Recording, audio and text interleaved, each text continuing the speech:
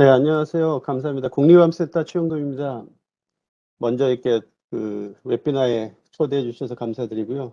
자, 세미나 시작하기 앞서서 저희 실험실에서 만든 이 내용과 좀 관련이 있는 동영상이 있는데 그거 먼저 틀어드리고 시작하겠습니다.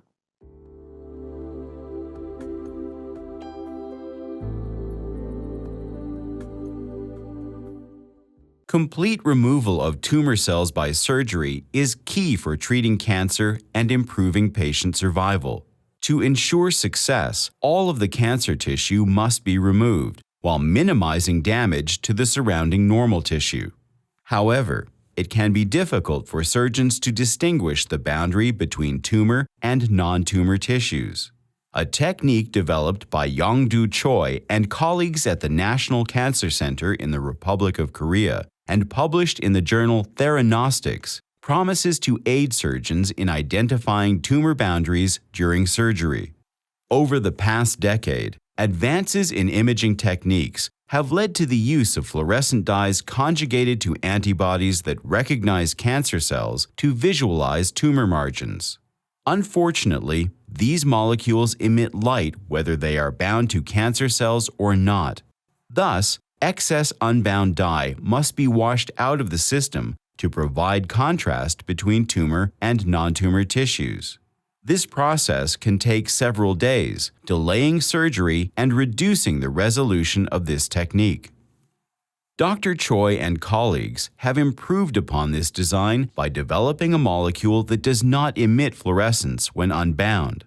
However, upon binding of the antibody portion to a cancer cell, there is a structural change in the molecule that turns on fluorescence. This eliminates the requirement for washing out unbound dye and improves the signal strength relative to the background. Using this technique in cell culture, fluorescence delineated cancer cells within 8 minutes.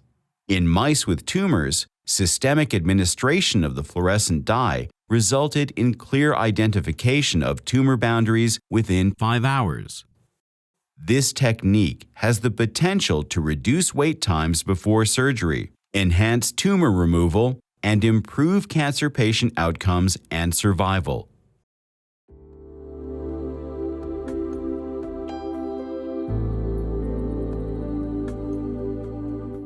이 동영상은 KHDI 도움을 받아가지고 만든 거고요. 이 동영상만 보시면 벌써 이제 제 세미나 절반은 보셨다고 생각하시면 되겠습니다. 자, 그러면은 이 발표를 시작하겠습니다.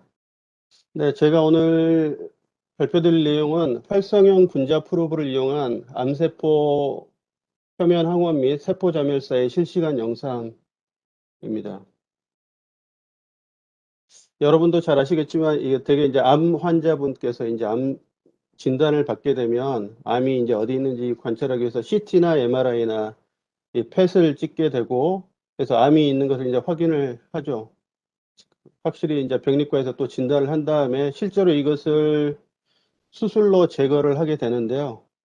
근데 실제로 이제 이 외과 의사 선생님들께서 수술로 이것을 제거를 할 때는 이런 영상을 통해서 암이 어디 있는지를 확인을 하고 하긴 하지만 이게 실제로 수술할 때는 눈을 보면서 직관적으로 그 종양이 어디 있는지를 확인을 해야 되거든요. 물론 이제 뇌 종양처럼 중요한 수술 같은 경우는 예전에는 이렇게 수술 중간중간에 MRI를 옆에 놓고 찍으면서 수술하고 또 이제 어느 정도 제거가 됐는지 보면서 하기도 하는데 그 굉장히 이제 번거롭고 그렇죠.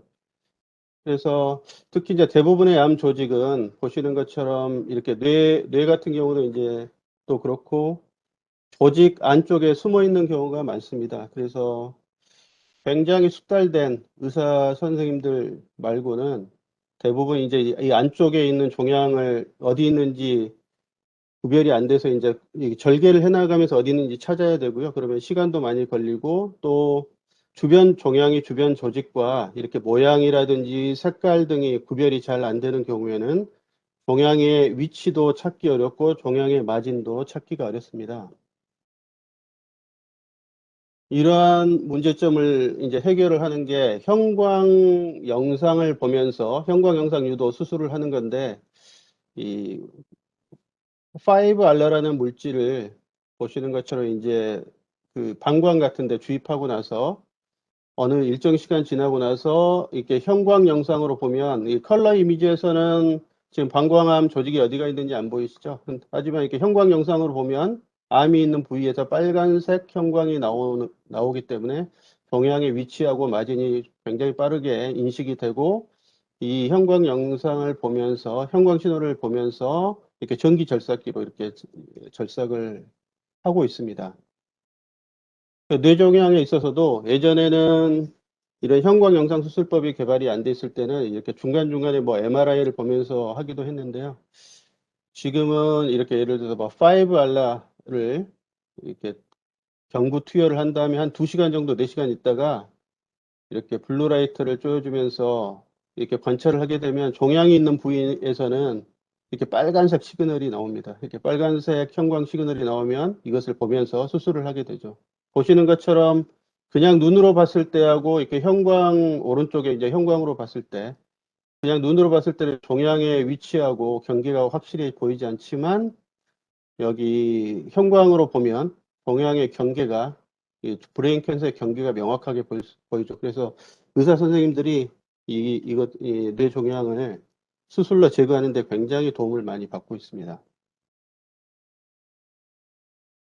그 현재는 이렇게 기존에 이제 현재는 이제 개복 수술보다는 복강경 수술이나 로봇 수술이 이렇게 많이 행해지고 있는데 보시는 것처럼 이제 복강경이나 그 로봇 시스템에도 근적외선 형광 영상 신호를 할 수 있는 그런 이제 시스템이 장착이 돼가지고 나오거든요. 보시는 것처럼 이제 인도시아닌 그린이라는 다이를 투여한 다음에 그 기존에 이제 그냥 이렇게 복강경으로 봤을 때는 종양 조직 밑에 있는 림프노드를 어디가 있는지 알 수가 없는데 근적외선 형광 영상을 보면서 하게 되면 보시는 것처럼 수술 중에 실시간으로 조직 밑에 숨어 있는 림프노드의 조직을 눈으로 확인하면서 그쪽 부위를 이제 절개해 가면서 이렇게 떼어낼 수가 있거든요. 그래서 이제 림프노드에 암이 전이가 되어 있는지를 바로 알 수가 있습니다.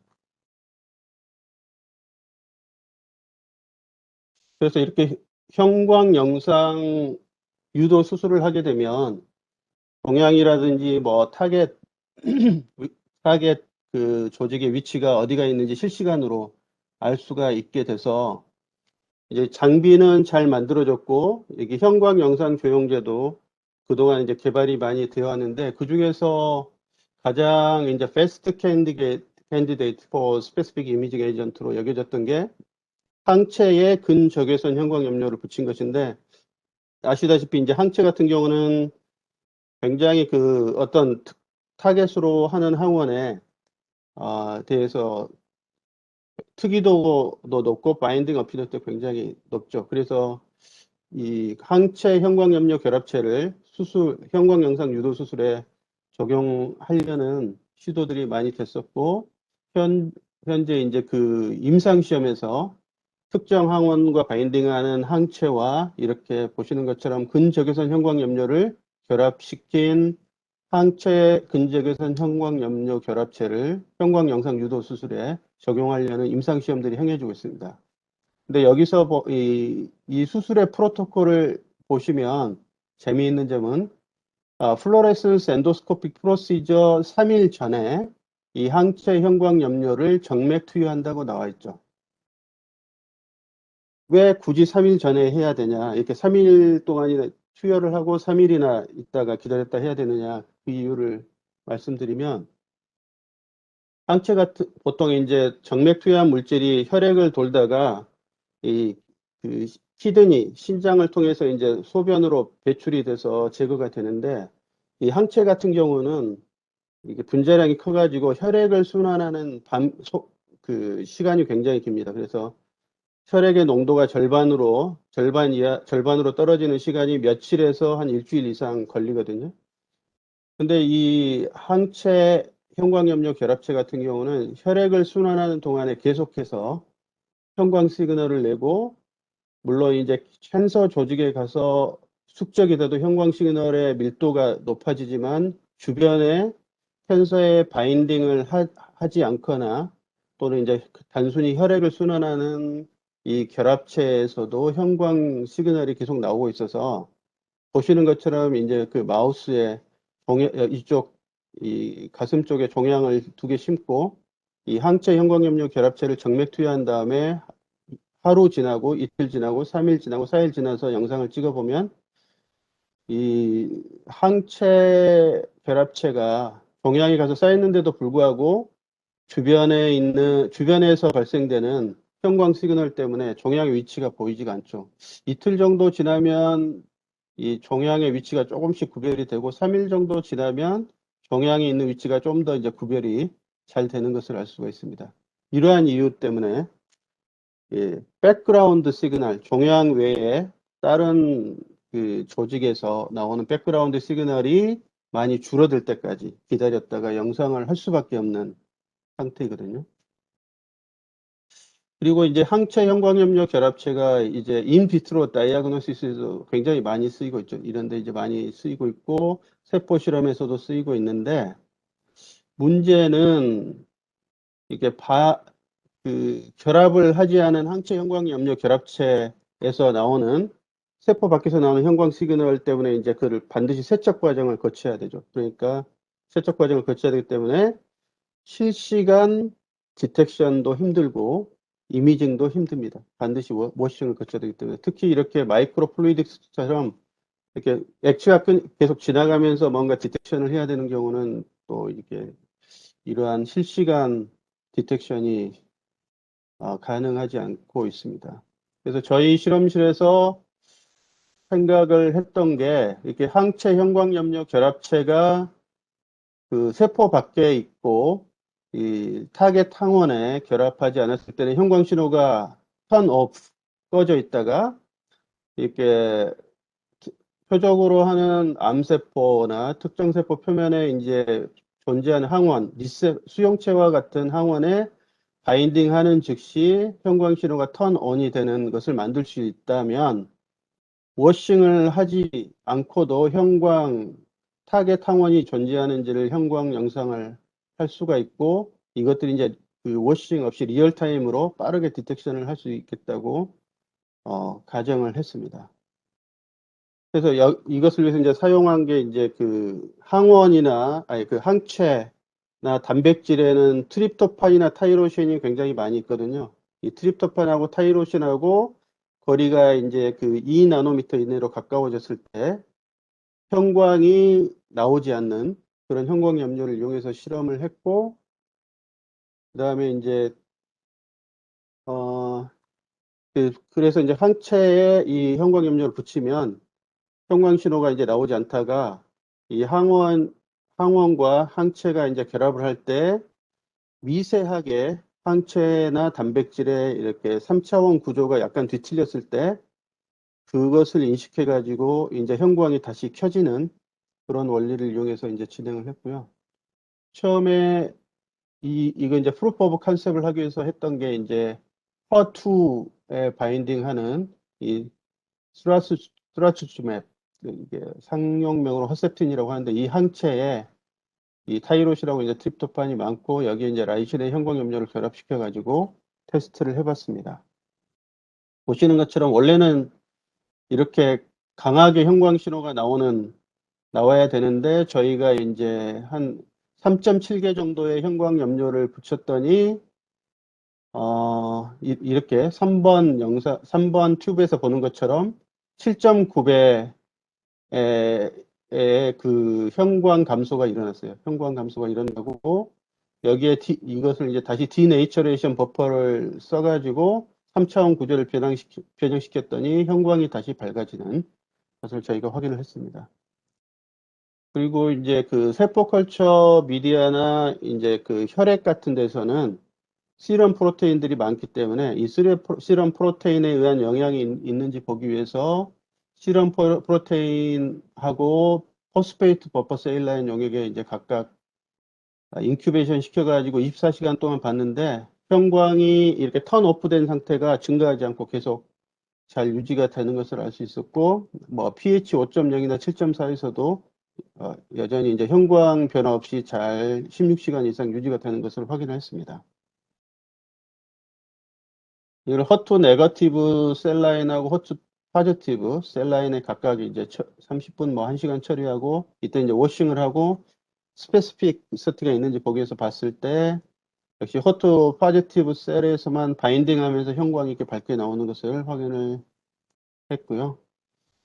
이번에는 이제 이렇게 그 SK 허투 파지티브인 SKBR3 셀에 지금 한 7개 셀이 보이는데, 여기에 이제 이 항체 형광염료 결합체를 처리를 하고 워싱을 하지 않은 채로 1분마다 이렇게 컴포콜 영상을 찍었더니 보시는 것처럼 세포 표면에 있는 허투 항원에 이제 바인딩 하면서 이렇게 형광 시그널이 이제 점점 증가하면서 그 세포 표면에 이제 윤곽이 드러나는 관찰을 할 수 있는 것을 알 수 있었습니다. 이게 6분 정도가 되면 백그라운드 시그널 없이 세포 표면에 그 항원이 있는지를 확실히 이제 저희가 알 수 있다는 것을 확인을 했고, 그래서 이제 컨트롤 형광 프로브로서 이렇게 허셉틴 항체에 이 형광이 줄어들지 않은 알렉사 647이라는 형광 염료, 이게 항상 형광이 켜져 있기 때문에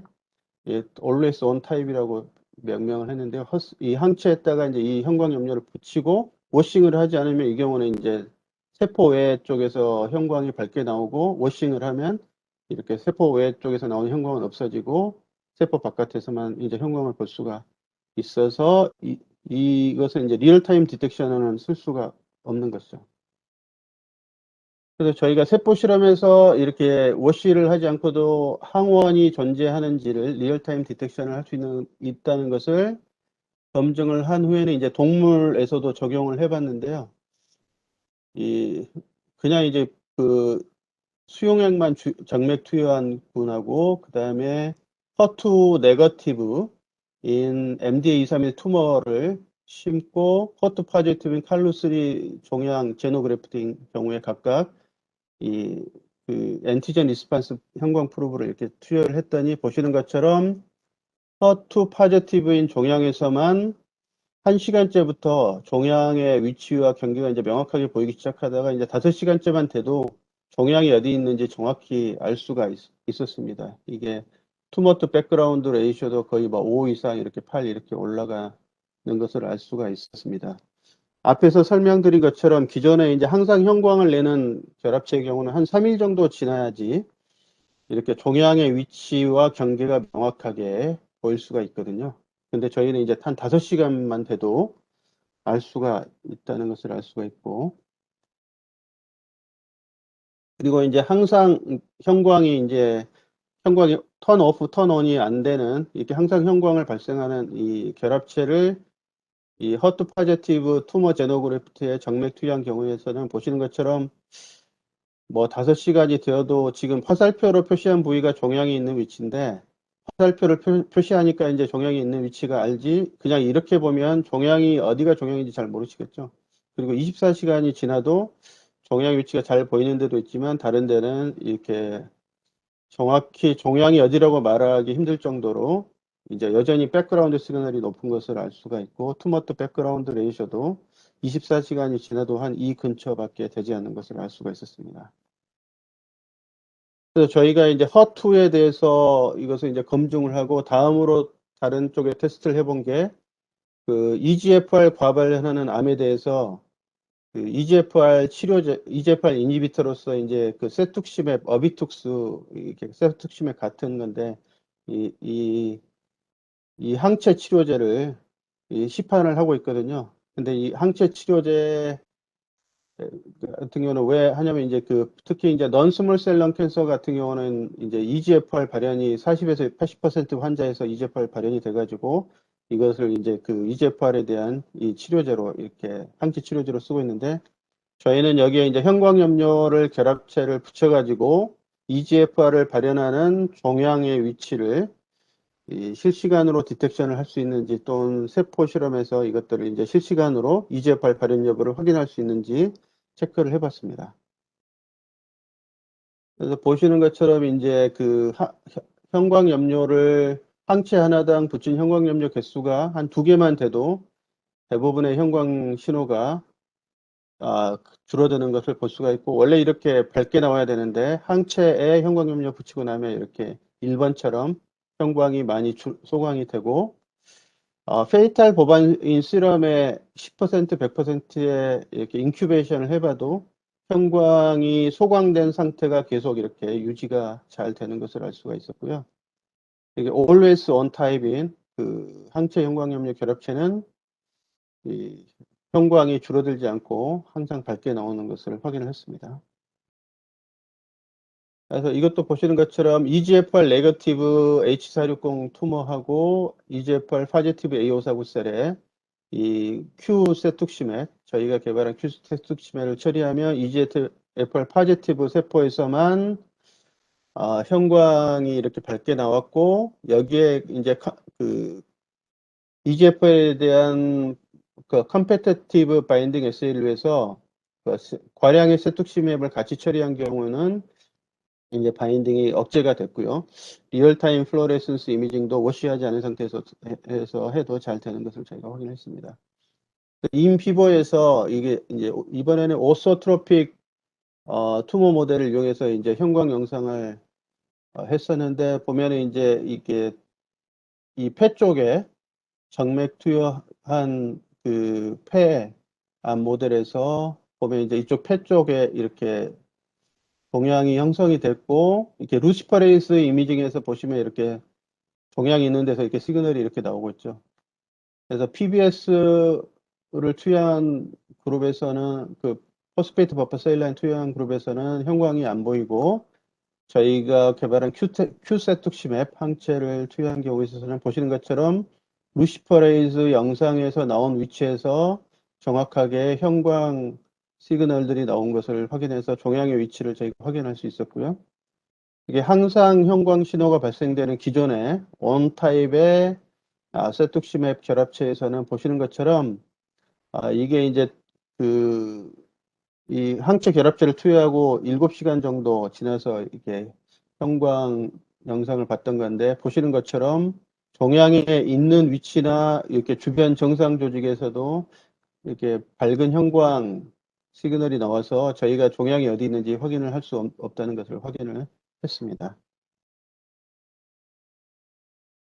그래서 이 항체 형광염료 결합체를 지금 이제 다른 쪽에도 계속 응용을 해보고 있고, 저희가 또 이것을 하면서 이러한 특성을 적용할 수 있는 가장 좋은 방향이 뭐가 있을까 이제 생각을 해봤는데, 에이팝토시스 에이팝토시스 분석에 사용되는 아넥신 5에 적용을 해보면 굉장히 좋겠다, 그런 생각을 했고, 그래서 보시면은 아시는 것처럼 이제 에이팝토시스가 일어나면 세포 표면에서 잠깐만요. 세포 표면에서 세포막에서 포스파티딜세린이 이제 세포막 안쪽에 있는데, 에이팝토시스가 일어나면 포스파티딜세린이 세포 표면 바깥으로 이렇게 드러나게 되죠. 그러면 이제 아넥신 5는 여기 세포 표면 밖에 드러나는 그 포스파티딜세린하고 굉장히 바인딩을 잘 하기 때문에 이 아넥신 5에 형광 염료를 붙여가지고 결합시켜서 이 에이팝토시스가 일어나는지를 형광으로부터 플로우 사이토미터를 이제 분석할 수 있게 해주는 여러 가지 화장대에 형광염료를 붙인 이 아넥신 5 형광염료 결합체를 이제 서머피쉬에서 지금 판매를 하고 있습니다.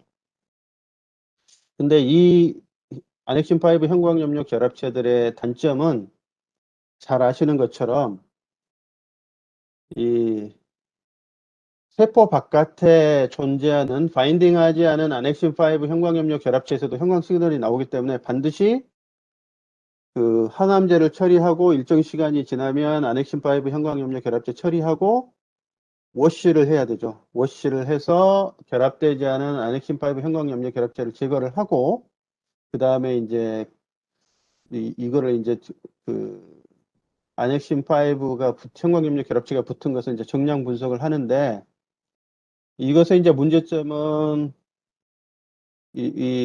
기본적으로 이제 그 미디어 인바이러먼트가 이제 워싱 과정을 통해서 이제 바뀐다는 거고, 두 번째는 에이팝토시스라는 거는 이렇게 항암제를 처리하면 바로 죽는 게 아니고 어느 정도 일정 시간이 지나면 이제 죽게 되는 건데, 그게 이제 그 세포에 따라서 죽는 시간이 다 틀립니다. 에이팝토시스를 일으키는 시간이 틀리고, 그래서 이제 다이내믹 프로세스죠. 그래서 이것 기존에 이렇게 워싱 스텝을 하면 뭐 실험실마다 어떤 실험실은 이렇게 그 항암제를 처리하고 24시간 또는 48시간 뭐 72시간 정해놓고 이제 그 아넥신 파이브를 처리하고 그다음에 이제 그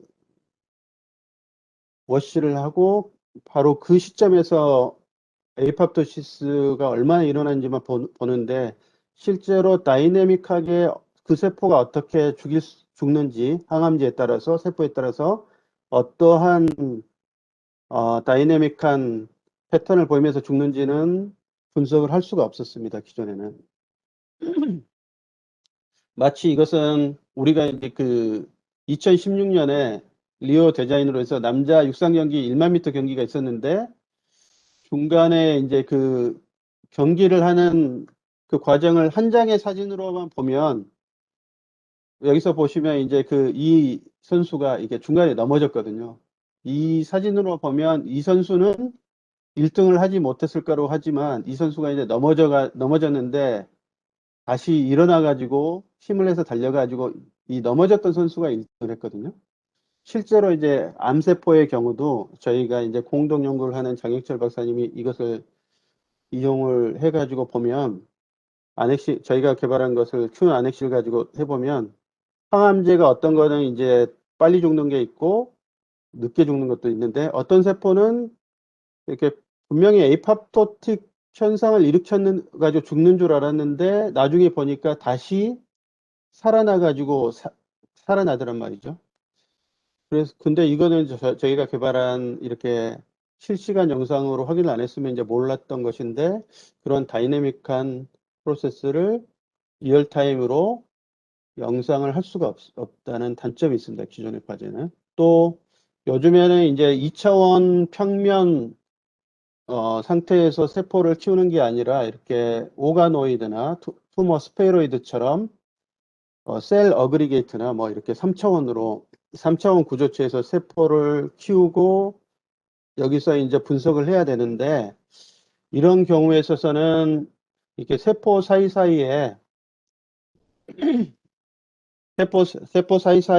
이렇게 그 아넥신 파이브 형광염료가 박혀가지고 워싱을 해도 잘 빠져나오지가 않습니다. 그래서 이 3차원 구조체에는 적용을 할 수가 없거든요.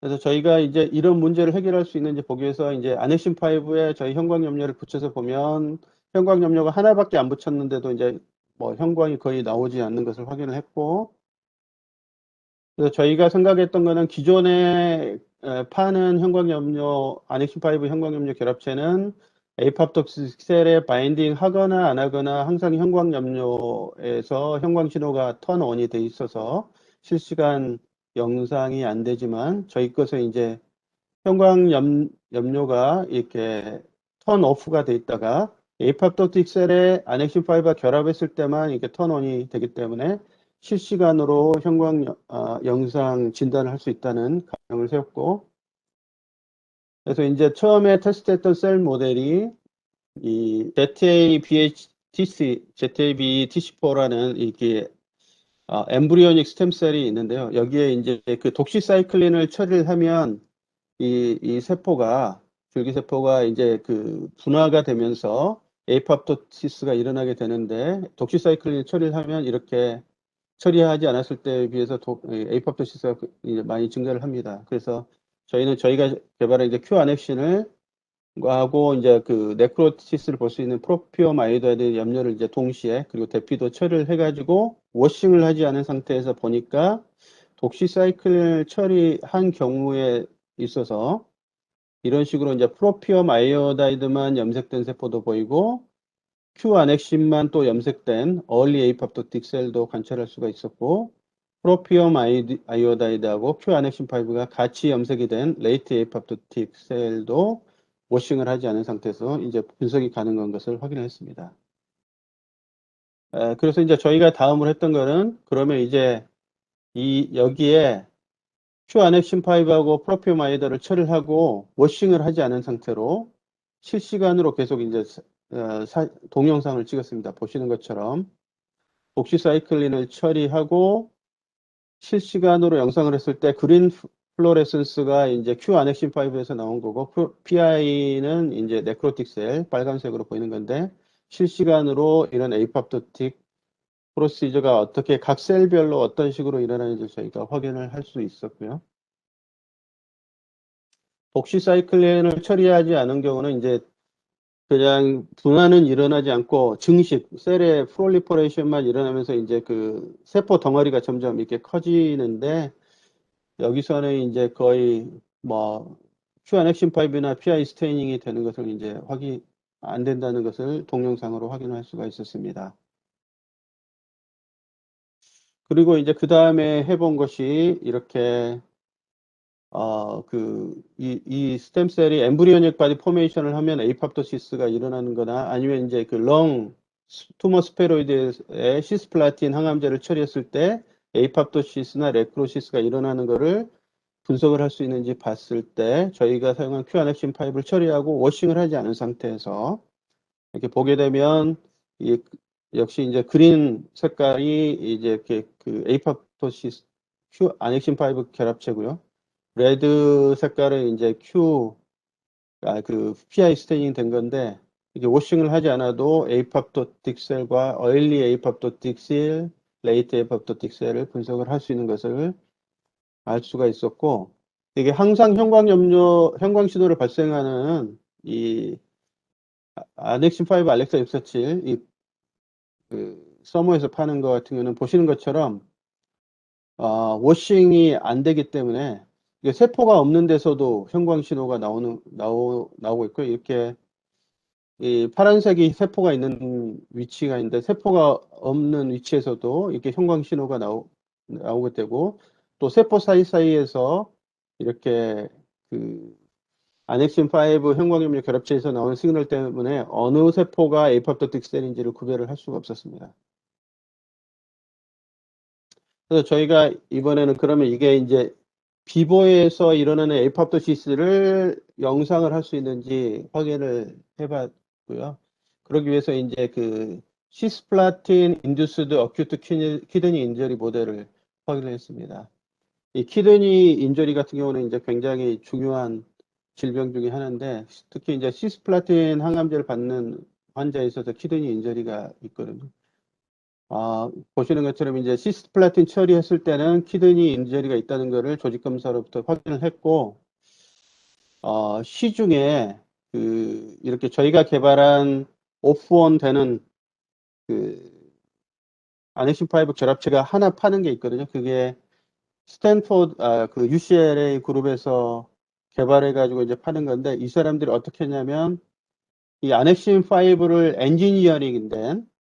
엔지니어링을 시켜가지고 이쪽 세포막하고 결합하는 부위에 형광염료를 결합할 수 있는 펑셔널 그룹을 만들었고, 여기에다가 이제 폴라리티 센시티브 다이를 붙였습니다. 이 폴라리티 센시티브 다이는 이렇게 수용액상에 있을 때는 형광 신호가 약하게 나오다가, 이렇게 아넥신 5가 이렇게 에이팝토틱 셀 표면에 이제 바인딩 해가지고 형광염료가 포스포리피드 레이어에 이게 잠기게 되면 하이드로포빅한 인바이러먼트로 이제 형광염료 주변 환경이 바뀌면서, 그때는 이제 형광 신호가 증가하거든요.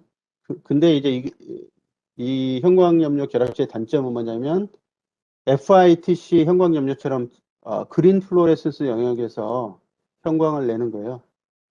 그래서 보시는 것처럼 이것을 이용해 가지고 이제 시스플라틴 인듀스드 모델에서 영상을 해봤을 때 키드니 쪽에서 형광 시그널이 보이지가 않죠.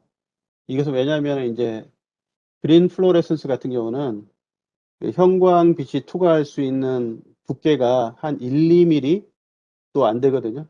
근데 그래서 저 안쪽에서 나오는 형광 시그널을 디텍션을 할 수가 없습니다.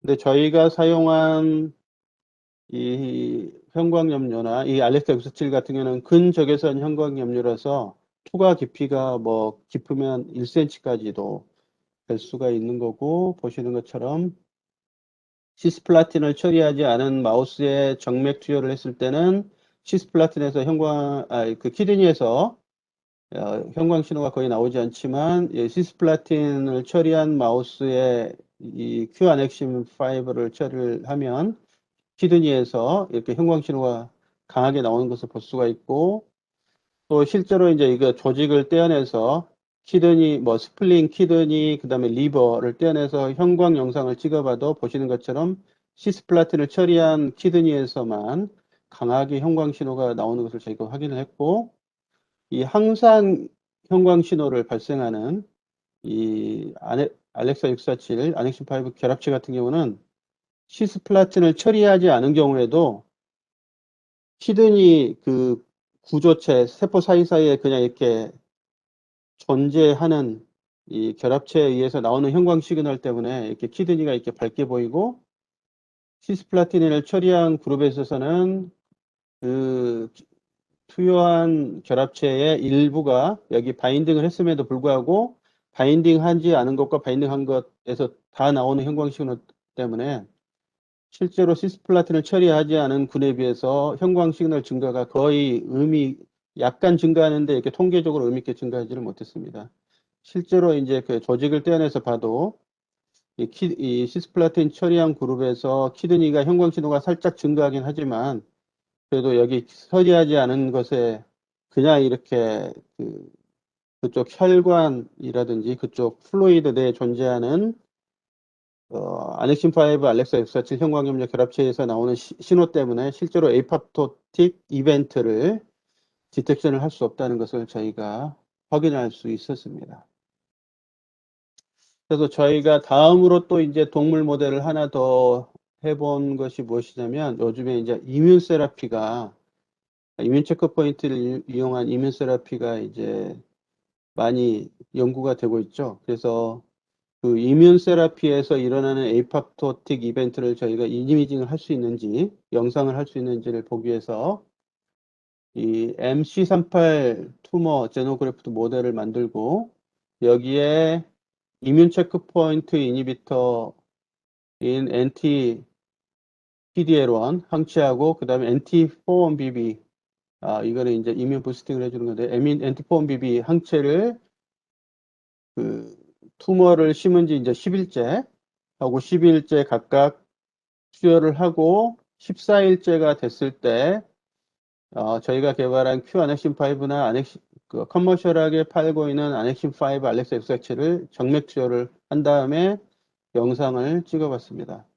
또 이제 untreated 컨트롤 마우스에서 이게 항체를 치료하지 않고 바로 이제 10일째 q 아넥신이나 이 아넥신 5 알렉사 X7를 정맥 투여를 하고 영상을 찍었습니다. 보시는 것처럼 이 이뮨 세라피 트리티드 그룹에서 투머 그로스를 보시면 이렇게 2번 항체 치료를 하니까 이제 투머 증가가 이제 이렇게 꺾어지죠. 꺾어지다가 저희가 영상을 한 14일째도 여전히 이제 투머가 컸는데, 이 시점을 지나면 이제 그 투머가 확 줄어들거든요. 근데 이 투머 그로스로만 보면 이게 항체 치료 효과가 나타나는지 그 항체 치료 효과가 미미한 것처럼 보이잖아요. 근데 뒤에서 보여드리겠지만 실제로 이렇게 영상을 통해서 확인해 봤을 때는, 또 이제 조직 검사를 통해서 확인했을 때는 거기에 굉장히 많은 T셀들이 그 종양 조직을 공격하고 있었고, 또 에이팝토시스도 굉장히 많이 일어나고 있는 것을 저희가 확인했습니다. 그래서 종양 크기가 크게 변하기 전에도 영상을 통해서 저희가 에이팝토시스가 일어나는 것을, 치료 효과가 있다는 것을 이제 확인했다는 것을 말씀을 드리고, 보시는 것처럼 그냥 이제 그 인산 완충용액 PBS를 투여한 그룹이 있고, 그다음에 항체 치료제를 처리를 안 한 그룹, 처리를 한 그룹이 있습니다. 이렇게 큐안엑신5를 같은 경우는 이게 면역 치료를 하지 않은 경우에 있어서는 종양에서의 형광 시그널이 거의 보이지 않는데, 면역 치료를 한 마우스에 있어서 종양에 이렇게 에이팝토시스가 일어나는 것을 형광 시그널 증가로부터 확인을 했고요.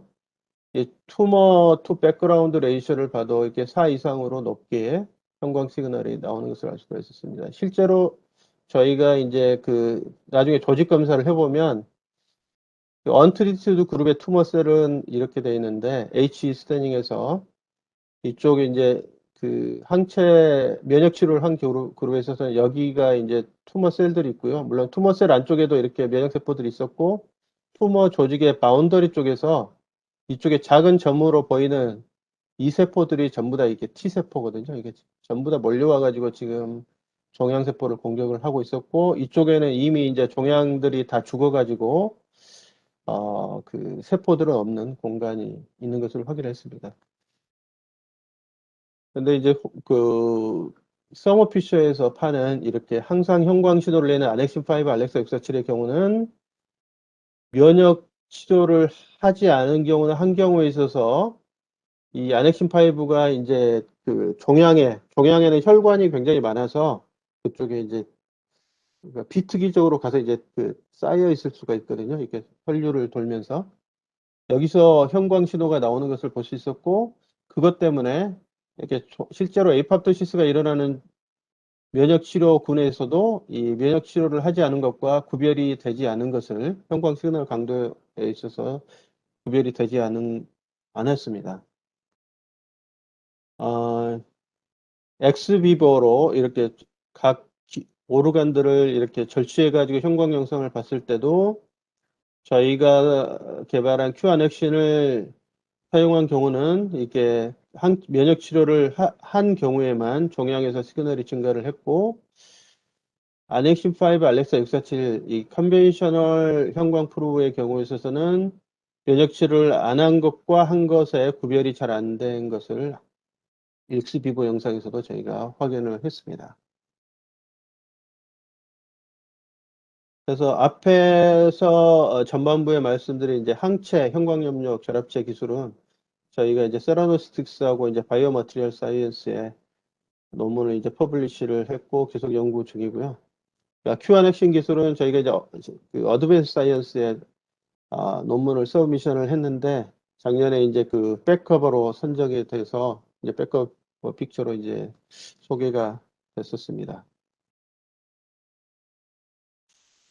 말씀드린 것처럼 이 항원 타겟으로 하는 항원에 결합을 했을 때 형광 신호를 내는 것을 이용을 하면 실제로 항원이 실시간으로 이렇게 변화하는 것을 영상을 할 수 있고 2차원 실시간 영상 분석뿐만 아니라 3차원 구조체에서 분석이 가능을 하고 이렇게 마이크로 플루이딕스나 인비보 영상에서도 가능합니다. 저희가 이제 암센터다 보니까는 저희는 이제 주로 암 관련해서 이렇게 영상을 하고 있는데 저희가 개발한 큐안엑신5나 이렇게 형광염료 결합체를 지금 뉴런을 가지고 뉴런에 대한 데미지가 있는지 없는지 보는 그런 것들 적용을 하면 좋을 것 같은데 혹시 이 웹비나 보시는 분 중에서 뉴런 쪽으로 이제 브레인 관련해서 연구를 하시는 분이 있으면 이렇게 후원을 하면은 좋겠습니다. 네, 저희가 이 연구 관련해서 여러 가지 이제 지금 암센터하고 지금 해외 기관들하고 이제 콜라보레이션을 하고 있고요. 특히 이제 큐안엑신5 같은 경우는 저희 암센터 이제 장현철 박사님 하고 이제 그래서 도와주셔가지고 공동 연구를 통해서 공동 교신 저자로 저희가 논문을 출판을 했습니다. 저희 세미나는 여기까지 마치겠습니다. 감사합니다.